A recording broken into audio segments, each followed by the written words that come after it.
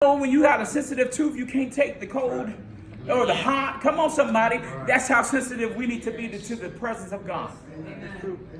Come on, somebody. We got to desire this. Desire this. It's the one needful thing. What'd you say? The one needful thing is that you need to desire the presence of God to the point where you will forsake everything else. Drop it in the middle of it because nothing else matters but to sit at his feet and to hear his word. Because how can I deal with the situation? Because if I go and deal with the situation in my own accord, I'm going to falter. I'm going to fail. I won't have victory. I'm going to be stressed. I'm going to be anxious. And I'm going to be worried and everything else. But if I sit at his feet and get his presence and hear his word, then he will empower me.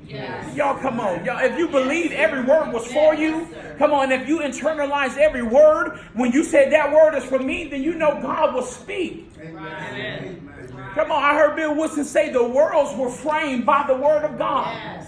Come on, somebody. He said, because he gave the example how in Micah it talks about how Jesus was going to be born in Bethlehem and how God orchestrated. The word went from Micah, a prophet in the Old Testament, and orchestrated all to the point where the Caesar called for a census that made Joseph have to go back to his birthplace, which was Bethlehem. And Mary was full of child. They said she was big pregnant. The word went through all that time just to make sure Joseph had to take a pregnant Mary back to Bethlehem so Jesus would be born in Bethlehem.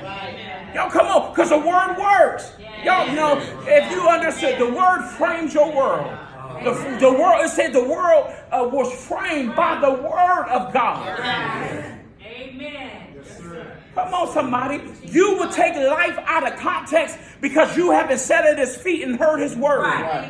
So now you're living out of context. Now things don't make sense. Now you're confused and frustrated because you're trying to do a life that God never spoke into frame. You got to get in alignment with God.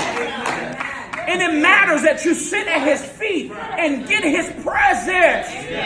Come on, somebody. Until you say your presence is heaven to me. Your presence is where I want to be. God, you ain't got to move, just abide. Come on, somebody. Moses told God, he said, I can't do it without you. You take your presence away from me and I can't. Wherever you go, that's where I'm going.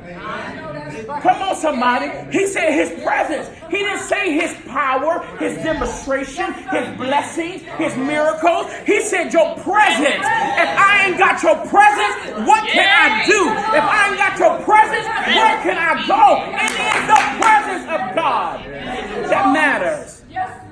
Jesus, we need the presence of God. Mighty God.